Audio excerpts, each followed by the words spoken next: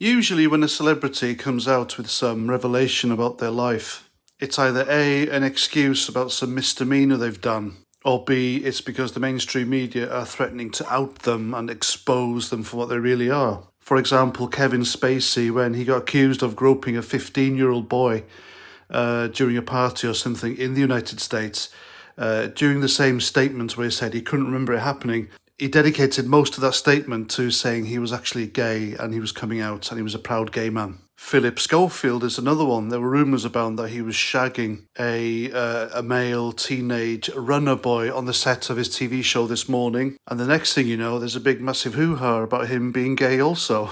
And then there's the male Tory MP who crashed his car and then ran off away from the scene of the accident wearing high heels and a skirt. And then he comes out as being transgender. And the whole thing of him crashing his car and running away wearing women's clothes was the result of him suffering from PTSD after an alleged rape by another male. However, during his court case, he didn't have the bottle to dress up that way, so he turned up in a very manly suit and tie. So this video is about Mo Farah. He's been making the headlines recently, and what you see in front of you now is the cover of his autobiography. And everything in this book, his autobiography about his family, which he wrote in here, is false. It's a lie. It didn't happen, because it turns out, well, he says now, out of nowhere, that he was trafficked here illegally under a false name. So his name isn't actually and never was Mohammed Farah. His real name is actually Hussein Abdi Kahin.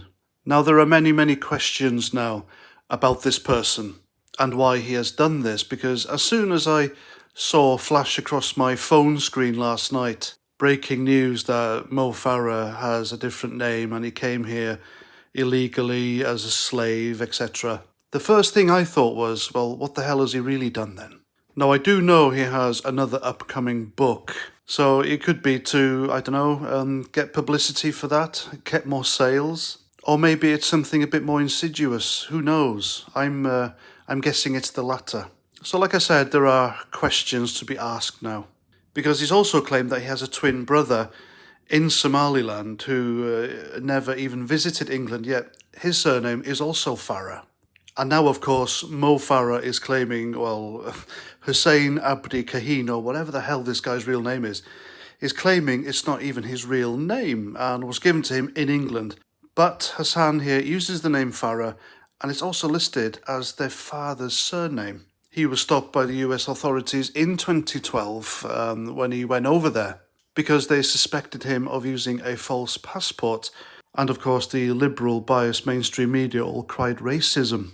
But it turns out the US authorities had a right to be suspicious. And even though he lives in London now, he spent a great deal of time in the United States. He lived in the United States for most of the time while claiming to be a British citizen.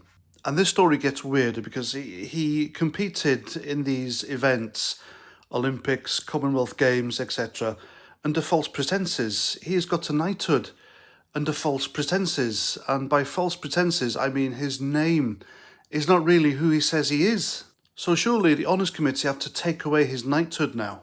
And surely, above all else, immigration officials should be hauling this guy in to find out who the hell he really is. Because nothing now, this guy says, can be taken at face value. He can't be trusted.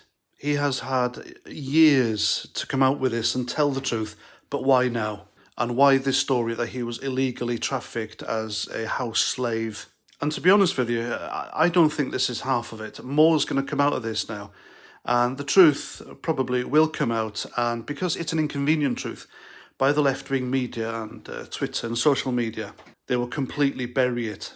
And that truth could well be that he probably did, in all likelihood, come here illegally. And as you can see for yourselves, did rather well for himself. So the story of him being brought over here to be a house slave, to cook and clean, and kept indoors under lock and key is probably a fallacy. So you can bet your bottom dollar his next book coming up will have the words like slavery, serfdom, as a sub-story in order to throw authorities and suspicious people off the scent of the true circumstances of how he got here and who he really is. and probably a bit of the old demonising of, Western culture and British culture, just to add a bit of spice to the mix. I know how these things work, folks. So yeah, watch this space. I don't think this is the last we've heard of this story. We will hear other truth. However, the truth won't be trending because it's an uncomfortable truth that really doesn't go with the narrative of multiculturalism and diversity. And immigration, after all, is a big, massive, hot topic here in the UK.